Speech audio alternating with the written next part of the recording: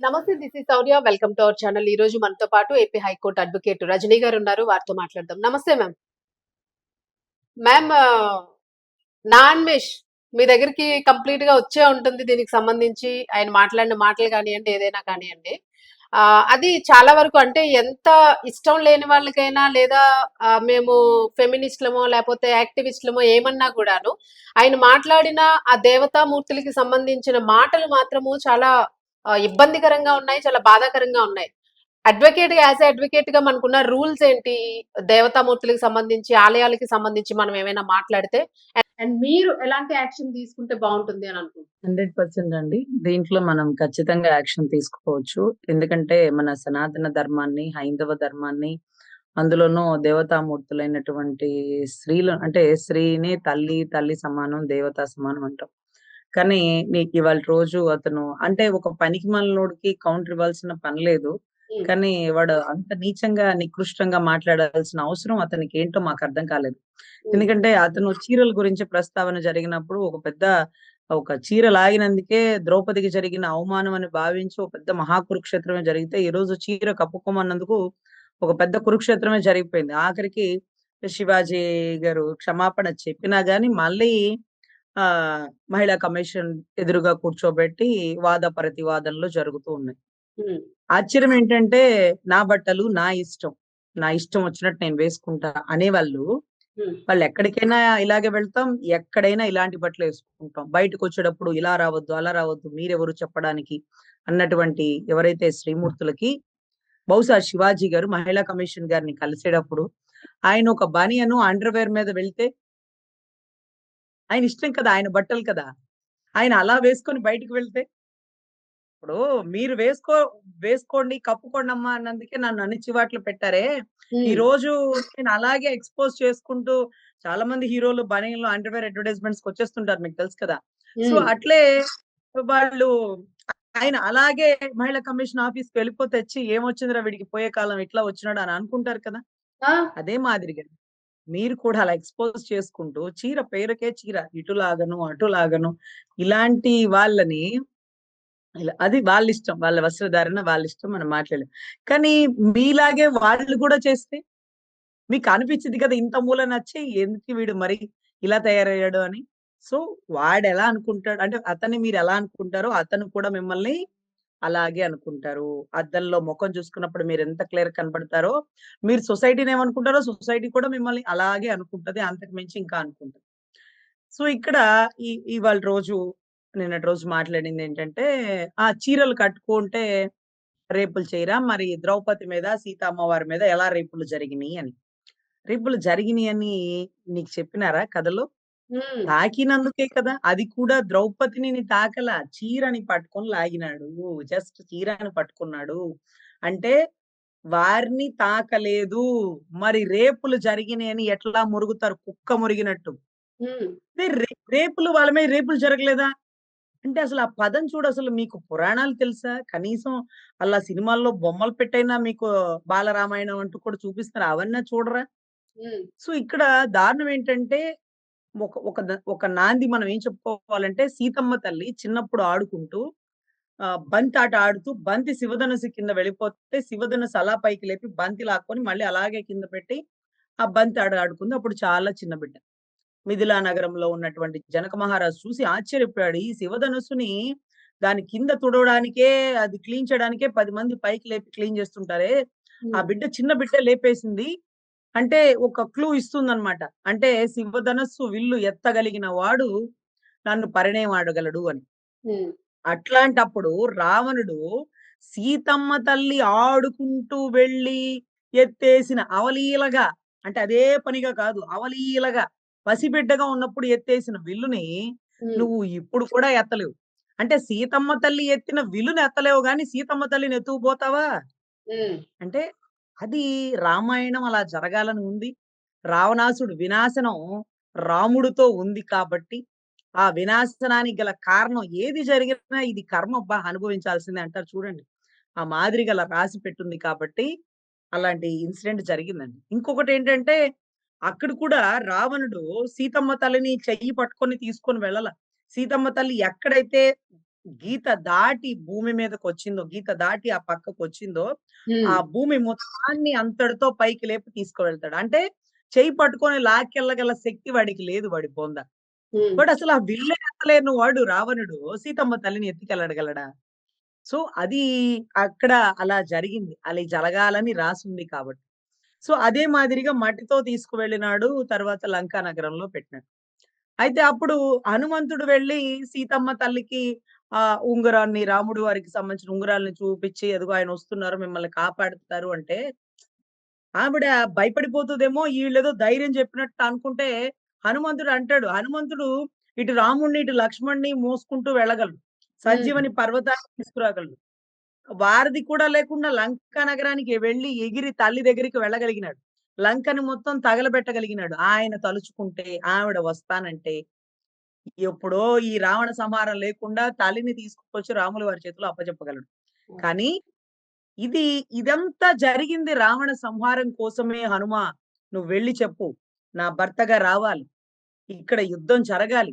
హ్మ్. రావుడిని రావణుడు ఎవరైతే ఉన్నాడో అతని సంహారం తర్వాతే నేను అక్కడికి అడుగు పెడతానన్నట్టుగా ఒక పెద్ద నాందితో అదలా జరిగింది. సో, ఎక్కడ కూడా చెయ్యి తాకగల శక్తి సీతమ్మ చెయ్యి తాకగల శక్తి రావణుడికి ఉందా? లేనప్పుడు నువ్వు ఏకంగా రేపులే జరిగిపోయినియి అంటావు. అదే. ఇలాంటి కుక్కలు ఫ్యూచర్‌లో మొరుగుతాయనే రాముడు సీతని లంకా నగరం నుంచి తీసుకొని వచ్చేటప్పుడే నా కోసం కాదు. నా భార్య ఎలాంటిదో నాకు తెలుసు. నా కోసం కాదు.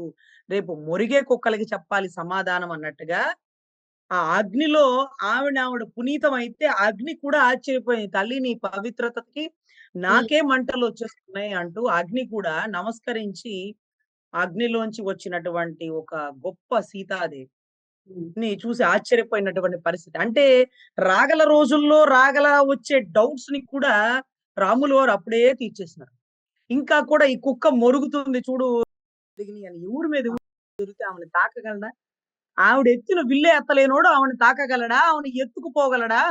అసలు రావణ సంహారం అదలా ఆ జరిగింది. పేరుని ఉచ్చరించే అర్హత కూడా లేదు ఇలాంటివి వద్దులెండి అసలు. అవునండి. ఖచ్చితంగా అసలు వాళ్ళకి సమాధానం చెప్పడం అని కాదు కానీ, అసలు జరిగేవి ఎలా ఉంటాయంటే, దేవుడు మనిషి రూపం ఎత్తితే అయోధ్యలో రామాలయం గుర్తొస్తదండి. అవును. 2017 ఇస్కాన్ బృందంతో పాటు నేను తిరుపతి ఇస్కాన్ బృందంతో పాటు అన్ని దేవాలయాలు చుట్టున్నప్పుడు అయోధ్యకి వెళ్ళిన. అది క్లోజింగ్ టైమ్ 3, 4 అయిపోయే టైం. అంటే ఆల్‌మోస్ట్ గుడి క్లోజ్. అందరికంటే ఫాస్ట్‌గా పరిగెట్టుకుంటూ, పరిగెట్టుకుంటూ దేవుడిని చూద్దాం అనుకోని వెళ్ళిపోయినాను. హ్మ్. అంతే తొందరగా బయటకొచ్చేసినాను. అది నాకర్థం కాలేదు. ఏడి దేవుడు? దేవుడు కనపడలేదు. అమ్మవారు కనపడలేదు. సీతమ్మ తల్లి కనపడలేదు అంటుంటే, లేదు లేదండి మీరక్కడ చూసినారు కదా! "ఆప్ దేఖే నా పెహలా" అన్నాడు. నేనే మై కుచ్ నహీ దేఖా అని చెప్తే, లేదు లేదు మీరు చూసినారంటారు. ఎక్కడ చూసినారురా అంటే షామియాన కిందంట. మనకి ఇప్పుడు పెద్ద పెద్ద గుళ్ళలోకెళ్ళేటప్పుడు చిన్న చిన్న, చిన్న చిన్న వాటిలో చిన్న చిన్న దేవుళ్ళు ఉంటుంటారు. అమ్మవారిలో లేకపోతే వినాయకుడో ఇంకోటి పెడుతుంటారు. మనం పెద్ద దేవతామూర్తులకి వెళ్ళేటప్పుడు చాలా కాన్సంట్రేషన్ పెడతాం గానీ, ఇవి ఊరికే దండం పెట్టుకుంటాం. నేనవి ఊరికే దండం పెట్టుకునే విగ్రహాలనుకున్నాను కానీ, అవే రామ్ లల్లా అంటారు వాళ్ళు. అవును. ఆ విగ్రహాలని నేను అనుకోలా. నేను అందుకని అందరూ కొంతమంది ఒక 10 మంది షామియాన దగ్గర దండం పెట్టుకుంటుంటే, నేను పట్టించుకోలే. ఏముందిలే ముందు పెద్ద విగ్రహాలకు దండం పెట్టుకుందాం. పెద్ద గుడిలోకెళ్ళిపోదాం. గుడి ఎంట్రన్స్ ఇటే కాబోలు, అటే కాబోలంటే అలా వెళ్ళి మళ్ళీ బయటకొచ్చేసాను. తర్వాత ఇక నేను ఓవర్ నేడ్చేసిన. నేను చూడలేదు దేవుడి విగ్రహాలు గుడి క్లోజ్ చేసేసినారు అని అవును. ఏడుస్తుంటే, అక్కడ ఒక 102 ఏళ్ళు ఒక పెద్దాయన్ని తీసుకొచ్చారు. ఆయన్ని మంచం మీద కూర్చోబెట్టుకొని అలాగే మంచాలు మోసుకుంటూ తీసుకొచ్చారు. ఓ హ్మ్. లడికి ఆంధ్ర సే ఆయేగా ఓ రోతే హై అని. ఏంటంటే రాముడిని షామియానా కింద పెట్టడం ఏంటి? హ్మ్. కనీసం ఒక చిన్న గుడి లాంటిది కట్టకపోవడం ఏంటి అంటే సివిల్ డిస్ప్యూట్ అన్నమాట. అవును. బాబ్రీ మసీదు, రామ్ మందిర్ గురించి సివిల్ డిస్ప్యూట్‌లో ఏ కన్‌స్ట్రక్షన్ చేయకూడదట. కన్‌స్ట్రక్షన్ చేయకూడదని హ్మ్. రాముడు కనీసం ఒక రేకుల షెడ్ కూడా వేయల. ఒక రేకుల షెడ్ కూడా వేయకుండా ఒక షామ్యాన కింద పెడితే నేనన్నాను, "మరి వర్షం వచ్చినప్పుడు షామ్యాన తడిచిపోతే రాముడి మీద నీళ్లు పడతాయి కదా స్వామి" అంటే, "అవునమ్మా! అందుకనే చాలా మంది ఈ ఏరియా అయోధ్యలో పెద్దవాళ్ళందరూ వర్షం పడుతుంటే బయట కూర్చొని తడుచుకుంటూ జై శ్రీరామ్, జై శ్రీరామ్ అని అనుకుంటూ ఉంటారు. లోపల స్వామి తడుస్తుంటే మనం లోపలికెళ్ళి ఎలా పడుకుంటామమ్మా" అని చెప్తే అప్పుడు ఏడుస్తూ, ఏడుస్తూ అతను పెద్దాయన నాకు చెప్పిన మాట నేను ఏడుస్తుంటే, "आप रो मत बेटी ఒక పెద్ద మందిరం ఇక్కడొస్తుంది. మనం ఇలా కాదు చూసేది. అలా తలెత్తుకొని చూస్తాం. దానికోసమే నా గుండె కొట్టుకోకుండా నా గుండె ఆగిపోకుండా ఇంకా కొట్టుకుంటుంది. నాకు 104 102 ఎంతో వయసు చెప్పినాడండి. అసలు మనిషి అసలు ఒక కర్రె పుల్లకి అంటే మొత్తం కాటా వేసిన ఒక 10 కేజీలో 5 కేజీలో రాడేమో. అంత మనిషి కూడా స్పష్టంగా గట్టిగా ఆగయా రామ్ మందిర్ ఇదర్సే అనుకుంటూ మాట్లాడుతున్న తీరు చూస్తుంటే అక్కడ ఉండేటటువంటి జనాల నమ్మకం ఎంత గొప్పగా అనిపించిందో. సో అక్కడ అప్పటి నుంచి నేను అనుకుంటాను 2017లో జరిగిన ఇన్సిడెంట్ ఇది. నేను ఎప్పుడు ఇంటికి వచ్చినా కూడా చాలా సార్లు అంటాను, ఎవరన్నా ఇల్లు కట్టుకోలేదు, ఆ ఇల్లు ఎప్పుడు కట్టుకుంటారంటే, అబ్బా రాముడికే లేదు ఇల్లు, మనం ఇప్పుడు కట్టుకోలేదని బాధపడాలా, ఆయనే షామ్యాన కింద ఉన్నాడు, కనీసం ఆయనకి రేకుల షెడ్ కూడా లేదు అని వర్షం పడిన ప్రతిసారి బయటకు వచ్చి 2017, 18 అంతా కళ్ళమ్మ నీళ్ళు పెట్టుకుంటా గుర్తు తెచ్చుకునేదాన్ని. అర్రే రాముడు షామ్యాన కింద తడిచిపోతున్నాడు, స్వామి ఒడ్డునే స్వామి, స్వామి గుడి కట్టించు స్వామి అని మనస్ఫూర్తిగా నేను ఇల్లు కట్టుకోవాలని కూడా అనుకోలేదు. ఆయన గుడి కట్టినప్పుడు ఆయనకి గుడికి ఒక ఫస్ట్ ఇటుక వేసినప్పుడు అప్పుడు కట్టుకోవాలి, అప్పటి వరకు కట్టను అని మనస్ఫూర్తిగా అనుకున్నానండి. నిజంగా చాలా గొప్పగా అనిపించింది. జై శ్రీరామ్ అంటూ ఒక గొప్ప బాలరాముడు విగ్రహంలో భలే ప్రాణం ఉంటుందండి. కళ్ళు తెరిచి మనల్నే చూస్తున్నట్టు ఉంటది. చూస్తే కళ్ళు అలా మరపలేము. ఆ చెక్కినటువంటి శిల్పి నిజంగా దైవ సంహానుడు అనాలి. ఎందుకంటే దైవ సంహానుడు అక్కడి నుంచి వచ్చే వాళ్ళకి తప్ప అంత దేవుణ్ణి చెక్కగల సమర్థత అంత గొప్పగా రాదేమో. సో పురాణాలు చదువుతూ ఉంటే అనుభూతి ఎలా ఉంటుందంటే, రామాయణం గురించి పెద్దవాళ్ళు అంటే మాకు చదువుకునేటప్పుడు చెప్తున్నప్పుడు కొన్ని కొన్ని పదాలు వచ్చాక వాళ్ళు కళ్ళమ్మ నీళ్లు పెట్టేసుకుంటారు. ఇప్పుడు మీరు ఆ ఆ చెప్తుంటే గూడా నాకు ఆటోమేటిక్‌గా లోపల అలానే ఉంది. సీతమ్మ వారు అగ్నికి ఆహుతవుతున్నప్పుడు, అక్కడి నుంచి వచ్చినప్పుడు ఇదంతా ఎలా ఉంటుందంటే ఎమోషనల్ టచ్ అన్నమాట. ఇవి అవును. చదువుతున్నప్పుడు మనం తప్పు చేయాలన్నా చేయలేము. ధర్మాన్ని వీడి బయటికి పోలేము. అవును. మనము మన రాజకీయ నాయకులు ఫర్ సపోజ్ నేను ఒక పార్టీలో ఉన్నాననుకోండి. నా హ్మ్. నాయకుడిని ఇంప్రెస్ చేయడానికి నేను ఎప్పుడూ తపన పడకూడదు. ధర్మాన్ని ఇంప్రెస్ చేయడానికి తపన పడాలి. నేను ధర్మానికి శ్రీకృష్ణుడికో లేకపోతే ఇది తప్పు అన్నప్పుడు ఒకళ్ళ మా నాయకుడు, ఒకళ్ళ మా సీనియరో, ఒకళ్ళు నాకు చదువు చెప్పేవాళ్ళు, నా ఇంట్లో వాళ్ళు "నువ్వు ఇలాగే మాట్లాడు." నేను మాట్లాడను. నేను మాట్లాడను. మీరు కావాలంటే ఒక దెబ్బేయండి అంతే. నేను మాట్లాడను దయచేసి. జై శ్రీరామ్ అనుకోవడమే. ఎప్పుడైతే మనం ధర్మాన్ని కాపాడుతామో, ఆ ధర్మం మనల్ని కాపాడుతుందండి. హ్మ్. అది ఎంత గొప్ప నాంది అంటే, ఇవన్నీ చదివి, చదివి, చదివి ఉంటాం కదా! మా జీవితంలో, మా ఎదుగుదలలో ఇవి నాంది అన్నమాట. సో, ఇంకొక ఇతని గురించి చెప్పాలంటే, ఈ అన్వేషు హ్మ్. ఎంత వల్గర్ మాటలు మాట్లాడతాడంటే, ఈ ఎదవకి మనం సమాధానం చెప్పాల్సిన పని లేదు కానీ, తల్లి గొప్పతనం చెప్పాలి. అవును. అందుకనే నేను సీతమ్మ తల్లి గొప్పతనం చెప్పా. సీతమ్మ తల్లి ఎత్తిన విల్లెత్తలేని వాడు సీతమ్మని ఎత్తుకుపోగలడా? అది అలా జరగాలని రాసుంది రావణ సంహారం కాబట్టే, ఆ హ్మ్. తల్లి అక్కడ లంకలో కూర్చుంది. ఆ తల్లి తలుచుకుంటే 2 క్షణాల్లో భూదేవిని పిలిస్తే వచ్చేసిద్ది. భూమి బద్దలైపోతుంది, వెళ్ళిపోతుంది. ఆ తల్లిని స్పృశించగల శక్తి ఎవడికుందిరా? హ్మ్. ఎవ్వరికీ లే. రాముడు కూడా తల్లి చెయ్యందిస్తే పట్టుకోవడమే గాని, తల్లి మీద చెయ్యి వేసే శక్తి ఎవరికీ లేదండి. ఆవిడ అవును. ఎంత కఠినంగా ఉంటుంది అంటే, ఆవిడ ఒక ఒక ఒక భార్యాభర్త సాంగత్యం వల్ల వచ్చింది కాదు. ఒక తల్లి, తండ్రి సాంగత్యం వల్ల వచ్చిన భూదేవి పవిత్రతలోండి వచ్చినటువంటి ఒక ఆడబిడ్డ. అవును. తలుచుకుంటే భూదేవిలోకి వెళ్ళిపోగల సమర్థత గల తల్లి. ఆవిడ తలుచుకుంటే భూకంపమే వచ్చేస్తుంది. బిడ్డకి బాధొస్తే తల్లికి కోపమొస్తుంది కదా! అందుకే కదా! నా బిడ్డని అడవులకి పంపించేస్తారా అంటే భూమిని కంపిస్తే, వద్దు తల్లి నువ్వు ఆగు అంటూ ఆ తల్లిని శాంతింపజేయగలిగింది. అంత గొప్ప తల్లి అంతా జరిగిపోయాక 'లవకుశ' సినిమాలో చివర్లో ఆ జానకి అమ్మవారు ఆ అవును. భూమిలోకి వెళ్ళిపోతుంటే, ఆ కేఆర్ విజయ్ గారు తీసుకెళ్ళిపోతుంటే నేనైతే ఏడ్చి, ఏడ్చి, ఏడ్చి అట్లా టీవీల అవును. ముందే కూర్చుండిపోయేదాన్ని. అర్రె! వెళ్ళిపోతుంది అంటే ఆవిడ అంత కఠినంగా ఉండగలుగుతుంది. అవును. అంటే అంత ఇష్టమైన భర్తే, ఇద్దరు బిడ్డలే వదిలేసి ఎలా వెళ్ళిపోతుంది అంటే, ఆవిడ ఏమనుకుంటే అది చేయగలుగుతది. ఆ జన్మ ఆంతర్యం అయిపోయింది. పడాల్సిన కష్టాలన్నీ పడింది. అందుకనే ఎవరన్నా కష్టపడినప్పుడల్లా ప్రతి ఒక్కరు అడుగుతారు. మనకి ముందు తొమ్మిది మహిళల్లో ఒక ప్రత్యేకమైన రోజనమాట. అది నాకు గుర్తులేదు కానీ, సోమవారమో ఏదో ఒక రోజు ఏదైతే ఆడబిడ్డలు పెద్ద మనిషి అవుతారో, ఆ రోజున అంటారు, "తల్లి నువ్వు సోమవారం అయ్యావు. సీతమ్మ తల్లి పెద్ద మనిషి అయిన రోజు నీకు అన్ని కష్టాలు పడతావేమో" అని కొన్ని పదాలు వాడేవాళ్ళు. నాకు భలే అవును. బాధేసేది. అంటే సీతమ్మ తల్లి పడినటువంటి కష్టాలు ఈ భూ ప్రపంచంలో ఎవ్వరూ పడలేదు. ఆ తల్లి తలుచుకుంటే ఒక్క కష్టం కూడా పడకుండా భూదేవి కాపాడగలిగిద్దే. కానీ ఎందుకు పడింది? మానవ జన్మెత్తినాక ప్రతి ఒక్కడు బాధలు పడాల్సిందే. నా వెనకాల బ్యాక్‌గ్రౌండ్ అని మాట్లాడే కొవ్వెక్కే ప్రతి ఒక్కడికి అర్రే! బ్యాక్‌గ్రౌండే భూమిరా! ఆ తల్లికి అవును. బ్యాక్‌గ్రౌండే భూమి. తలుచుకుంటే ఒక్క సెకండ్ లో భూమి అలా ఓపెన్ అయిపోతుంది. ఆవిడ అలా లోపలికి వెళ్ళిపోగల శక్తిమంతురాలు. అవును. లంకలో ఆ నిర్ణయం తీసుకోలేదే. అవును. లంకలో మరుక్షణం అమ్మా రామ్మా నేను కష్టపడుతున్నానని ఆ తల్లిని పిలిస్తే లంక మొత్తం బద్దలైపోయేదే. మీరొచ్చి యుద్ధం చేసేదేంది? అవును. రాముడి గొప్పతనాన్ని చాటి చెప్పడం కోసం ఆ తల్లి లంకలో అన్ని రోజులు అంత బాధను అనుభవించింది. సో, ఒక ఆడబిడ్డ ఎంత శక్తివంతురాలు అనే దానికి ఒక నాంది. ఆవిడ శక్తి, ఆవిడ ఎత్తిన విల్లు ఎత్తలేనోడు నువ్వు నన్ను పట్టుకుంటా పోరా పని చూసుకో పో అవును. అనే పరిస్థితి. అట్లాంటిది ఆ భూదేవిలోకి వెళ్ళిపోయేటప్పుడు నా బాధ్యతలయిపోయినియి. ఇక మీరు లవకుశలకి రాజ్యాన్ని అప్పచెప్పారు కదా! మీరు చూసుకోండి అంటూ వెళ్ళిపోయి. అంటే హ్మ్. బాధ్యత. 'అమ్మ రాజీనామా' సినిమా చూసినప్పుడు కూడానండి, శారద గారిని చూసినప్పుడు కన్నీటి పర్యంతం అయిపోయేది. హ్మ్. తల్లి స్థానం అంత గొప్పది. అవును. అటువంటి స్థానంలో ఉన్న తల్లి సమానమైనటువంటి సీతమ్మ తల్లిని పట్టుకొని రేపులు జరగలేదా? అంటే ఎదవా రేపులు కాదురా! ఆమెను తాకలేవురా! ఆవిడంత పరమ పవిత్రమైనదని ఆ రోజే నీలాంటి దౌర్భాగ్యులు పుడతారని కాబోలు రాములు వారు ఆయన, ఆయన భార్య గొప్పతనాన్ని మీ అందరికి అప్పుడే చవి చూపించాడు. ఆయనకి తెలియక కాదు. అవును. సీత తల్లి గొప్ప ఎంతదో ఆయనకి తెలియక కాదు. ఇలా సభ్య సమాజంలో మీరు మాట్లాడతారు, మొరుగుతారని. అవును. సో, జై శ్రీరామ్ అనుకుంటూ ప్రతి ఒక్కడు ఆ మొరిగే కుక్కకి సమాధానం చెప్పక్కర్లేదు కానీ, అంత గొప్పది సీతమ్మ తల్లి. ఇకపోతే ద్రౌపది. ద్రౌపదికున్నంత అందం ప్రపంచ సుందరి అన్నమాట ఆవిడ. ఎన్నో సార్లు, ఎన్నో కథల్లో ఆవిడ గురించి చదువుతున్నప్పుడల్లా, ఆవిడ ఆవిడ అర్జునుడు ఎప్పుడు తాకనే లేదు. అర్జునుడికి భార్య వేరే. సుభద్ర కదా! సుభద్ర హ్మ్. కొడుకు వేరే కదా! అభిమన్యుడు కదా! మరి ఏంటి ఈవిడ అంటే, ఈవిడ మహాకురుక్షేత్రం జరగడం కోసమే 5గురికి భార్యగా ఉండవలసి వచ్చింది. ఆమెని తాకగల శక్తి కూడా ఎవరికీ లేదు.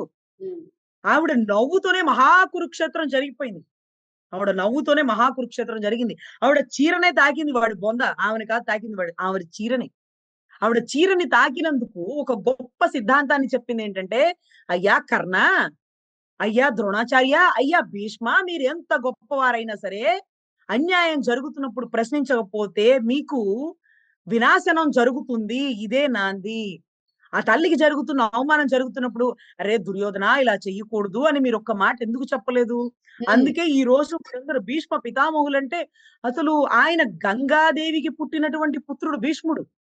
అటువంటి భీష్ముడు అసలు అంపసైనం మీద ఉండి శిఖండితో చావు, లేకపోతే ద్రోణాచార్యుడు ఆయన నేర్పించిన విద్యలో అంటే గురువుకి ఎంత నెట్‌వర్క్ ఉంటది, ఎంత హ్మ్. విద్యొస్తుంది. ఆయన నేర్పించిన విద్యతో అర్జునుడు ద్రోణాచార్యుడిని చంపడం ఏంటి? అశ్వత్థామకి ఇంకెంత నేర్పించుంటాడు. వీళ్ళందరిని విజయం మించి అర్జునుడు గొప్పగా విజయం ఎలా సాధించినాడు? అర్జునుడా బాణాలు సంధించింది? లేకపోతే కృష్ణుడు తన దివ్య శక్తితో సంధింప చేయగలిగినాడా? అదే కదా భగవద్గీత. హ్మ్. ఎవరిని చంపాలి? అసలు ఏంటి కురుక్షేత్రం? ఎవరా భీష్ములు? ఎవరా ద్రోణులు? అని అడుగుతున్నప్పుడు భగవద్గీతే పుట్టేసిందండి. అవును. మహాకురుక్షేత్రమే జరిగిందండి. అంటే అంత గొప్ప ద్రౌపది ఆమె గురించి ద్రౌపదికి లేకపోతే సీతమ్మకి జరగలేదా? చీరలు కట్టుకుంటే జరగవా? చీరలు కట్టుకుంటే ఆలోచనలు వాళ్ళ బొంద ఆలోచనలు. అదే. మీరసలు నిజంగా నీలాంటి నీచుడికి సమాధానం చెప్పాల్సిన అవసరం లేదు కానీ, వాళ్ళ అవును. గొప్పతనం ప్రపంచ సుందరి ద్రౌపది. ఎవ్వరు తాకగల శక్తి లేదు. అందరికి వేరే భార్యలు సెపరేట్‌గా ఉంటారు. అవును. ఈవిడ ఇలా కేవలం ఈవిడ ఈ కురుక్షేత్రం కోసమే ఇక్కడ ఆవిర్భవించింది. ఇక్కడ ఇలా అవును. పాణిగ్రహణం జరిగింది. ఇక్కడ హ్మ్. ఖచ్చితంగా, ఇక్కడ ఖచ్చితంగా మనము అన్వేష్‌కి చెప్పాల్సిందేంటంటే, "అయ్యా అన్వేష్ తప్పు. మీరు చెప్తున్నారు ముస్లిమ్సు, హిందువులకి ఇలాగే ఉంటాయి. క్రిస్టియన్స్ చూడండి చక్కగా బీచ్‌లో పడుకున్నారు" అని. మేము ఎవరో భయపెడితేనో, ఎవరో ఇలా వేసుకో అంటేనే వేసుకోవట్లా. మాకు హ్మ్. నచ్చింది. ఇది మా సాంప్రదాయం. మేము గౌరవిస్తున్నాం. కాబట్టే మేము ఒంటి నిండా చీర కప్పుకొని, చీరని ఇలా చుండు చుట్టుకొని మేము పూజ చేసుకుంటాం. ముస్లిమ్స్ వాళ్ళ సాంప్రదాయం కాబట్టే వాళ్ళు చక్కగా బురకా యేసుకున్నారు. ఎవరో బలవంత పెడితే వేసుకోవట్లా. ఎవరి ఆచారాలను వాళ్ళని కాపాడుకుంటున్నాం. అంతేగాని పాపం ఆడోళ్ళు మీకిలా ఇన్ని బట్టలు కట్టేశారు. మీరు కూడా స్వేచ్ఛగా గాలాడాలి. పిచ్చి హ్మ్. వాగుడు, కుక్క మొరుగుడు ఆపు.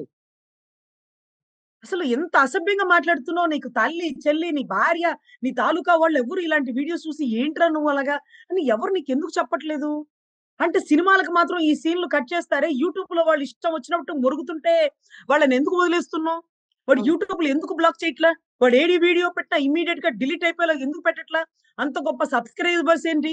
14 ఏళ్ల పిల్లని నేను వాడేసినాను, నేను వాడుకున్నాను, నేను ఉపయోగించేసుకున్నానంటూ అసభ్య పదజాలం మాట్లాడుతున్న వాడికి పోక్సో సెక్షన్‌లు ఎఫెక్ట్ అవ్వవా అండి? తల్లి అదే కదా! సీతమ్మని అవమానించగల వెధవా వీడికి తెలుసా? వీడికి రామాయణం ఎప్పుడన్నా ఓపెన్ చేసి చూసినాడా బుక్? దాన్ని తాకినాడా? So ma'am. ఇక్కడ ఉమ్, వ్యవస్థలు అంతరించిపోయేది ఇలాంటి వాళ్ళ వల్ల. ఆచారాలు కనుమరుగైపోయేది ఇలాంటి వాళ్ళని నమ్ముకొని వివిధ వివిధ వేషధారణతో ఒళ్ళంతా కనిపించే బట్టలు వేసుకునే వాళ్ళ వల్ల. సో ఒకటి, నువ్వు ట్రెండ్‌ని బట్టి బట్టలు వేసుకో. దయచేసి ఒళ్ళంతా కప్పుకో. ఉమ్, ఒళ్ళంతా కప్పుకో అని అంటే మొత్తం చుట్టేసుకొని వెళ్ళిపోమని చెప్పట్ల. మీకు కన్వీనియంట్. జీన్స్ వేసుకునేవాళ్ళు జీన్స్, షర్ట్ వేసుకునేవాళ్ళు షర్టు, స్కర్ట్ వేసుకునేవాళ్ళు స్కర్ట్. మరి బికినీలేసుకొని బజార్‌లోకి రాకండి.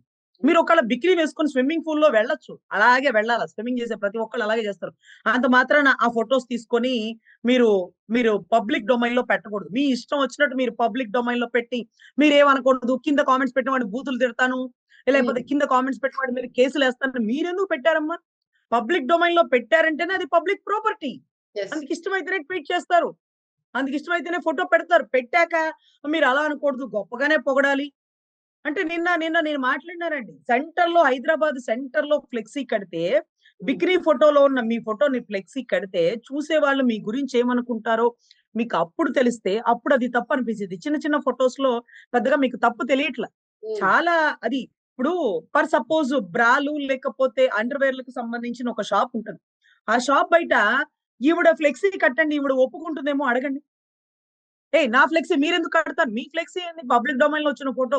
ఎవరిష్టం వచ్చినట్టు వాళ్ళు పెట్టేసుకుంటారు. పెట్టుకోమంటే అప్పుడు తెలుస్తది ఆవిడకి బాధ, నొప్పి. ఉమ్, సో, నేను పబ్లిక్ ప్రాపర్టీనా అంటే అవును మరి మీ పబ్లిక్ డొమైన్‌లో వచ్చేసింది. మేమేమి ఇప్పుడు ఏఐ వచ్చేసి ఎవరికి వాళ్ళకి చేసేస్తున్నారు కానీ, అవును. ఏఐ లేకుండా ఇచ్చిన ఫోటో కదా ఆవిడ గ్లామర్ చూపించుకోవడానికి అవును. స్విమ్మింగ్ ఇప్పుడు పూల్‌లో. అదే మీ అదే డొమైన్ ని మనం ప్రైవేట్ లో కూడా పెట్టుకుంటాం మ్యామ్. వేరే వాళ్ళు కానీ మనకు తెలిసిన వాళ్ళకే కనిపించాలి. మన ఫ్యామిలీ మెంబర్స్, మన ఫ్రెండ్స్ వరకే అని. ఆ ప్రైవేట్ లాకింగ్ 100% ప్రైవేట్ లాకింగ్ లేదు అని అంటే ఎవడైనా చూసుకోవచ్చు అని అర్థం.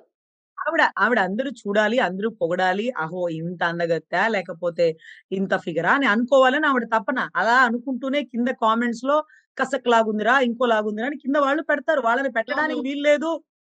మీరు మనుషులేనా?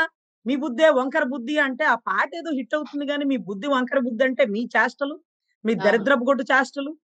దాన్ని బట్టి మామూలు బుద్ధులు కూడా వంకర బుద్ధులయిపోతాయి. అందుకనే అంటారు, మనం వేసుకునే బట్టలను బట్టి చెడ్డవాడికి కూడా మంచి అభిప్రాయం ఆలోచన. కలగాలి. అవును. మనం వేసుకునే బట్టలను బట్టి మంచివాడు కూడా దయచేసి చెడిపోకూడదు. మనం అవును. వేసుకునే బట్టలను బట్టి, మన వేషధారణ బట్టి. ఇది ఇది మనం నమ్మాలి. ఖచ్చితంగా మ్యామ్. మంచివాడికి కూడా చెడు ఆలోచనలు కలిగేంతటువంటి వస్త్రధారణతో వీళ్ళు ప్రవర్తిస్తుంటే ఇంకా కూడా మీరు మంచితనం ఉంటారమ్మా. అందరూ మంచిగానే ఉంటారు. హ్మ్. సో, దయచేసి మీరు మీ వేషధారణ మార్చండి. సభ్య సమాజానికి ఒక మెసేజ్ ఇవ్వండి. ఒక తల్లిగా, ఒక చెల్లిగా, ఒక అక్కగా మీరు స్విమ్మింగ్‌కెళ్ళేటప్పుడు మీ ఇష్టం. కబడ్డీకెళ్ళేటప్పుడు మీ ఇష్టం. షటిల్‌కెళ్ళేటప్పుడు మీ ఇష్టం. అంతరిక్షాలకెళ్ళేటప్పుడు మీ ఇష్టం. హ్మ్. కానీ గుళ్ళకొచ్చేటప్పుడో, బయటకొచ్చేటప్పుడో, ఓపెనింగ్‌లకొచ్చేటప్పుడు, మీ కుటుంబ సమేతంగా వచ్చేటప్పుడు అప్పుడు కూడా చీర కిందేసి, పైనేసి అలా రాకుండా చీరని చీరలా కట్టండి. హ్మ్. దయచేసి ఈ చీర కట్టమనంగానే అసలు అది అది అది చీరేనా అనిపించేంత రోతగా కట్టేస్తున్నారు. అసలు దాన్ని సీరియస్‌లీ. స్టెప్ ఇక్కడ పెట్టరు. అసలు ఈవిడైతే మొన్నైతే ఇక్కడ వేసేసిందండి. అవును. అసలు బయట కొంగు ఇక్కడేసేసింది. ఇంక అలా ఇంకా చీర కట్టేసుకొని సన్నగా ఈ ఎళ్ళిపోతుంది. మధ్యలోంచే సో, అది ఉంటది. ఇటు ఇటు ఓపెనే ఇంకా. అంతే అంతే. ఆ చీర పేరుకి ఏదో కట్టడానికి కూడా కట్టడం. అది చూసి మనకు భయం అంటే ఇప్పుడు జనరల్ వాళ్ళకి భయమేస్తుంది. ఆ చీర ఇలాగైపోయిందేంటి చీర అని. ఆ! ట్రెండ్ అది అన్నమాట. ట్రెండ్. ట్రెండ్‌ని మ్యామ్, సెట్ చేస్తుంటారు వీళ్ళు. మ్యామ్ నాకొక అడ్వొకేట్‌గా మీరొక క్లారిటీ ఇవ్వండి. ఇప్పుడు అంటే ఏదైనా పబ్లిక్ డొమైన్‌లో గాని ఏదైనా ఇలా అశ్లీల ఫోటోలు ఎందుకంటే దీనికి కొన్ని ఉన్నాయి మనకి. అశ్లీలత అంటే ఒక పోర్న్ అని అంటాము. లేకపోతే దానికొక ఏ సర్టిఫికేట్స్ ఇస్తూ ఉంటాము. అశ్లీలత అంటే అదే గదా!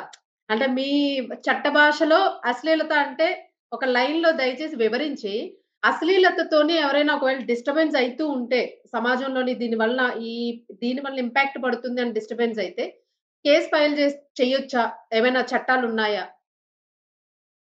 అంటే అందుకే కదా చెప్పారు చాలా మంది బయటకొచ్చి రైట్ టు ఫ్రీడమ్ వాళ్ళు ఏ బట్టలైనా వేసేసుకోవచ్చు.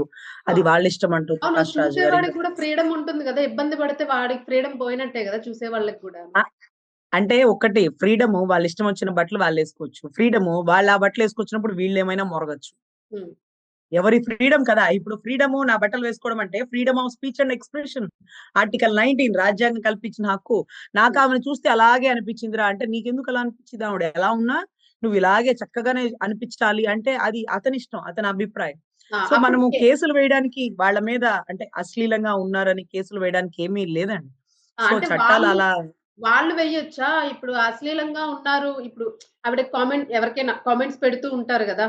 వాళ్ళు పెట్టిన దాన్ని బట్టి కింద నెగెటివ్ కామెంట్స్ వచ్చినియనుకోండి. మీ అందరి మీద నేను కేసేస్తాను ఇలా అన్నారని అంటే అది ఉంటుందా? ఏముండదండి. అంటే కామెంట్స్ టర్న్డ్ ఆఫ్ చేసుకొని నోరు మూసుకొని ఉండమనండి. అంతకు మించి కామెంట్స్ మీద కేసులు వేయడానికి లేదు. నన్నెందుకు అలా అన్నారు అంటే, "నువ్వు అలాగే ఉన్నావు. అందుకే అలా అన్నావు" అంటారు. సో, హ్మ్. అలా అన్నావంటే అన్నవాళ్ళు ఎవరైనా పబ్లిక్‌గా అన్నారా? వాళ్ళ వాళ్ళ అంటే వాళ్ళ అభిప్రాయాలు నీకు చెప్పారు. కామెంట్స్ అని పెట్టేదే దానికోసం కదా! కొంత ఆ! మంచి చెప్తారు. కొంత చెడు చెప్తారు. హ్మ్. అందుకనే ఒక కథని, ఒక రచయిత్రి ప్రచురించేటప్పుడు విమర్శకులు ఉంటారు. హ్మ్. లేకపోతే ప్రశంసించే వాళ్ళు ఉంటారు. వాళ్ళందరి అభిప్రాయాలు తీసుకున్నాకే ఆహ్, ఆ కవిత గాని, ఆ రచయిత గాని దానికి సంబంధించింది ప్రచురితం చేస్తారు. అది హ్మ్. గతంలో ఉండేటటువంటి అలవాటు.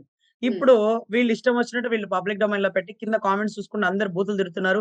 మరి మనం చేసే బట్టే బూతులు తింటారు. ఇప్పుడు చూడండి అందము, అందం అంటే ద్రౌపది ముర్ము గారు నిజంగా. అసలు ఆవిడ అంతరిక్షానికి అదేంటిది ఆవిడ ఒక చార్టర్డ్ ఫ్లైట్ లాంటి దాంట్లో వెళ్ళి హ్మ్. అక్కడ ఒక పెద్ద యూనిఫార్మ్ అంటే వైట్ అండ్ వైట్ వేసుకొని వాళ్ళతో పాటు ఒక ఏది సోల్జర్స్‌తో పాటు అక్కడికి వెళ్లారు. అదే మాదిరిగా అప్పుడు ప్యాంట్ షర్టే వేసుకున్నారు. అక్కడ అలాగే వేసుకోవాలి కదా! అవును. ప్యాంట్ షర్టే వేసుకున్నారు. పైనుంచి కింద వరకు అలా పెట్టుకొని. అదే మాదిరిగా శబరిమలైకి వెళ్లారు. అలా పెట్టుకొని ఆవిడ ఎక్కలేకపోతే ఇంకొకతను ఎక్కిస్తూ. అవును. ఆవిడ జీవితంలో ఆవిడ భర్తని కోల్పోయారు. ఒక బిడ్డ ఏమో అనుమానాస్పదంగా చనిపోయారు. ఇంకో బిడ్డేమో యాక్సిడెంట్‌గా చనిపోయారు. ఒక్కటే ఆడపిల్ల, పిల్లలు వాళ్ళ భవిష్యత్తు ఏదో ఉంది. ఆవిడకి ఎవ్వరు లేరు. ఒక్కతే మనిషి. ఎప్పుడు మొఖానికి పౌడర్ కూడా రాసుకోరు. చక్కగా నిండుగా చీర కట్టుకొని వస్తారు. వచ్చిన వాళ్ళకి నమస్కారం పెడతారు. ఎక్కడన్నా కళ్ళ ముందో ఎక్కడన్నా అంగవికలాంగులతో వాళ్ళు ఉన్న వాళ్ళకి ఎవరికైనా అవార్డులు ఇచ్చేటప్పుడు ఆవిడ కన్నీటి పర్యంతం అయిపోతాడు. భగవంతుడు నాకేమిచ్చాడు అనుకున్నప్పుడు వాళ్ళ కాళ్ళు ఇవ్వలేదు. నాకు కాళ్ళు ఇచ్చినారు. వాళ్ళకి వాళ్ళకి వాళ్ళకి ఇబ్బందులున్నాయి. నాకు కొన్ని ఇబ్బందులున్నాయి. ప్రతి ఒక్క మనిషికి ఏదో ఒక లోపం పెడతారు కదా! నాకు ఈ మాత్రం ఇచ్చినాడు భగవంతుడు. ధన్యవాదాలు. ఇవ్వని వాళ్ళకి మీరు భగవంతుడు సపోర్ట్‌గా నిలబడి వాళ్ళని కాచి కాపాడండి. హ్మ్. మాకంటే మీ అవసరం వాళ్ళకెక్కువ ఉంటుంది అని చెప్పగల మహోన్నత వ్యక్తి ద్రౌపది ముర్ము గారు. అవును మేడం. అందం అంటే అలా ఇప్పుడు వెతుక్కుంటూ ఉంటే ఇప్పుడు నీ గ్లామర్ నీకుంటది. ఎన్నాళ్ళు? అవును. 'సిమ్రాన్' గారు సినిమా పాట రాగానే ఎక్కడెక్కడ 'కుర్రకారు' బాలకృష్ణ గారితో పాటలుండేయి ఆవిడ గతంలో చాలా. అవును. భలే ఇష్టంగా చూస్తారు. కొన్ని సంవత్సరాలు అయిపోయాక అయిపోలేదండి వాళ్ళ అందం. అవును. అయిపోలేదా వాళ్ళ అందం? వాళ్ళ అక్క క్యారెక్టరో, ఒక అమ్మ క్యారెక్టరో ఇంకో దానికో. అంతే కదా! సో, అవును. ఏంటి, ఏంటి కాన్స్టెంట్‌గా ఏముంటుంది? నిశ్చలంగా ఏముంటుంది? నిశ్చలంగా ఉండేది నీ భక్తే. అంతే. నీ భక్తే ఉంటది. నీ నీ సోకులు, నీ ఆనందాలు, నీ డబ్బులు, నీ కుటుంబ సభ్యులు ఎవ్వరు నీతో ఉండరు. నీ అవును. డెడికేషను, నీ భక్తి, నువ్వు చేసినటువంటి సర్వీస్ ఇవే ఉంటాయి. అంతే. శాశ్వతమైన దాని కోసం నీ పోరాటం చెయ్యి కానీ, కాసేపు ఇలా తిరిగి చూపిచ్చి, కాసేపు ఇలా తిరిగి చూపిచ్చి, నీ భంగిమలు, నీ ఆహార్యం ఎన్నాళ్ళుంటుంది? కాలిపోయే బూడిదే కదా! హ్మ్. కాలిపోయి బూడిదే కదా! వీటి మీద ఎందుకు ఆ మోజులు పెట్టుకొని, మళ్ళీ మీ వస్త్రధారణ వల్ల రోడ్డు మీద పోయి వాళ్ళని కూడా మోజులో పడేసి, వాళ్ళని కింద పడేసి, వాళ్ళ జీవితాలు పోయి, అసలు ఇన్‌స్టా‌లో ట్రోల్ చేసి మీ ఫోటోలు, మీ వీడియోలు చూస్తుంటే ఛీ! ఛీ! ఛీ! ఛీ! ఛీ! అని వందలో ఒకళ్ళని అనుకుంటారు కదా! అందరూ అబ్బా! ఎంత అందగత్తె అనసూయ అనుకుంటే ఏమొస్తది? మీ బ్యాంక్ బ్యాలెన్స్ పెరుగుతది. ఒక ఇల్లు కట్టేవాళ్ళు 10 ఇల్లు కడతారు. మీ పిల్లలేమన్నారో విన్నారుగా? అమ్మా నువ్విలా చిన్న చిన్న బట్టలు వేసుకోవద్దు అని అన్నారట. మొన్న ఒక ఇంటర్వ్యూలో విన్నాను. పిల్లలకి నచ్చట్లేదట. నా ఇష్టం రా! నా బట్టలు అనిందట.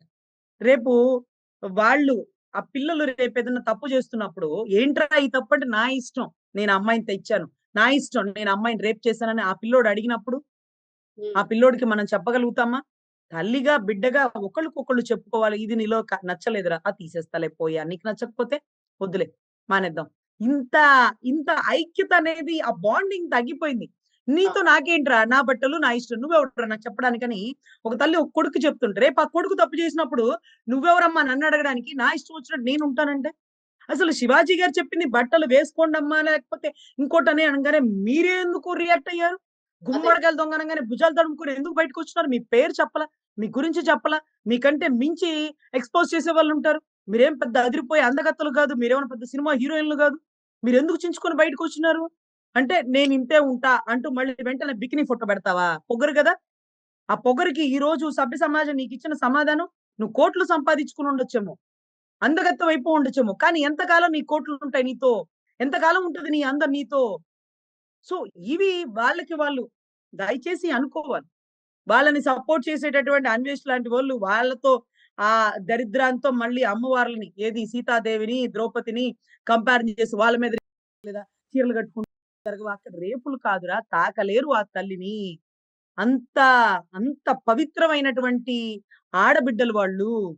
హ్మ్. అంటూ ఒక మంచి మెసేజ్ అలాంటి వాళ్ళకే కాదండి, సభ్య సమాజానికి కూడా మనము హ్మ్. ఇవ్వాలి. జై శ్రీరామ్. హిందూ ధర్మాన్ని గౌరవిద్దాం. హిందువులు అందరితో కలిసుందాం. అందరి ధర్మాల్ని మనం గౌరవిద్దాం. దయచేసి మన ధర్మాన్ని మనం వీడవద్దు. మన ఆ! ధర్మాన్ని మనం వీడవద్దు. అన్ని ధర్మాల్ని గౌరవిద్దాం. తప్పకుండా మ్యామ్. మ్యామ్ ఫైనల్‌గా ఒక క్వెషన్ మ్యామ్. ఇప్పుడు అంటే మహిళా కమిషన్ రియాక్ట్ అయ్యారు గదా! శివాజీ గారి మాటల 2 మాటలకిను. ఇప్పుడు అన్వేష్ మాట్లాడినవి అంతకన్నా 100, 1000 రెట్లు దారుణమైన మాటలు. దానికేమైనా రియాక్ట్ అయ్యే ఛాన్స్ ఉందా? అవ్వాలి అని అంటుంది సొసైటీ, మీరేమంటారు? అంటే మహిళా కమిషన్ గారు పిలవగానే ఇన్నోసెంట్‌గా వచ్చి మంచి బట్టలు వేసుకొని, అంటే ఎక్స్‌పోజ్ చేయకుండా శివాజీ గారు. అంటే బనీను, అండర్‌వేరు లేకపోతే టీ షర్టు, కాలరు ఇలా రాకుండా చక్కగా పద్ధతిగా వచ్చి క్షమాపణ చెప్పారు శివాజీ గారంటే. అంటే పాపం వీళ్ళు పిలిస్తే అతను రాడు కదా! మహిళా కమిషన్ గారికి పరిధి కొంతవరకేనండి. వాళ్ళేమి ఉరి తీసేయలేరు. వాళ్ళేమి చట్టాలు చేయలేరు. వాళ్ళకి కొంతవరకే లిమిటెడ్ రైట్స్ ఉంటాయి. ఏదైనా ఉంటే కోర్ట్‌కి అప్పచెప్పడమే కానీ ఇలా ఆవిడ పిలిచారు. ఆయనొచ్చున్నారు. ఆయన సమాధానం చెప్పినారు. బావుంది. ఇప్పుడు అన్వేష్‌ని పిలిపిస్తారా అని మీరడుగుతున్నారు. అన్వేష్ రావాలి కదా! అన్వేష్ దగ్గరికి ఆవిడ పోలేరు. అన్వేష్ ఇక్కడికి రావాలి. అన్వేష్ రావాలంటే మనం టికెట్లు వెయ్యాలి. లేకపోతే అతని వీడియోస్ బాగా చూస్తే అతనికి డబ్బులొస్తే అప్పుడేమన్నా వస్తాడేమో. వచ్చినా అతను రానంటాడు. నేను ఇంతే మాట్లాడతాను మహిళా కమిషన్ గారు. నేను శివాజీ అంత ఇన్నోసెంట్‌ని కాదు. ఆ శివాజీ ఒక 2 పదాలు దొర్లినందుకే మీరు రోడ్ మీద తిప్పించి కూర్చోబెట్టి క్షమాపణలు జెప్పించి అంతమంది మీద పెట్టించినారే. నేను నా ఇష్టం వచ్చినట్టు ఇవే బూతులు మాట్లాడతా. ఆహ్, ర అన్వే ఎవరైతే శివాజీ గారు ఆడబిడ్డలన్నారు. నేను ఏకంగా దేవతలనే అంటా. నన్నేం చేస్తారు మీరు? అని మాట్లాడే మొరిగే అన్వేష్ లాంటోళ్ళకి ఈ మహిళా కమిషన్‌లేమి చేయలేవండి. అట్‌లీస్ట్ నోటీస్ ఏమన్నా పంపిస్తారేమో చూడాలి. అది కూడా టైమ్ వేస్ట్ ఏంటండి ఇవన్నీ గోల నా దగ్గర పెడతారు. నేను చేయాల్సినవి చాలా ఉంటాయి అంటారు. ఎందుకంటే ఆ నోటీస్‌లు ఆయన దాకా పోవు. ఆయన దానికేం రిప్లై ఇవ్వడు. అవసరమైతే ఆవిడ గురించి కూడా ఒక వీడియో చేసేస్తాడు. హ్మ్. సో, వినే వాళ్ళకి అంటే వినే వాళ్ళకే చెప్తారు. అవును. వినని వాళ్ళకి ఎవ్వరు చెప్పరు, చెప్పలేరు. సో, ఆవిడ అడగగానే తప్పమ్మా 2 పదాలు దొర్లిని మీరు పిలవక ముందే నేను క్షమాపణ చెప్పినాను.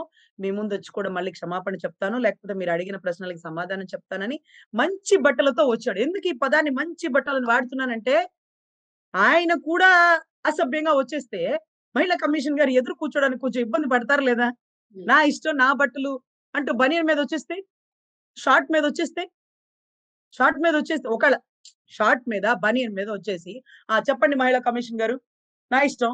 బట్టల గురించే కదా మాట్లాడితే వాళ్ళు పొగరుగానండి. నా ఇష్టం, నా బట్టలు నేను వేసుకున్నానంటే, అసలు ఏం మెసేజ్ ఇస్తాం? ఏంటి శివాజీ గారు?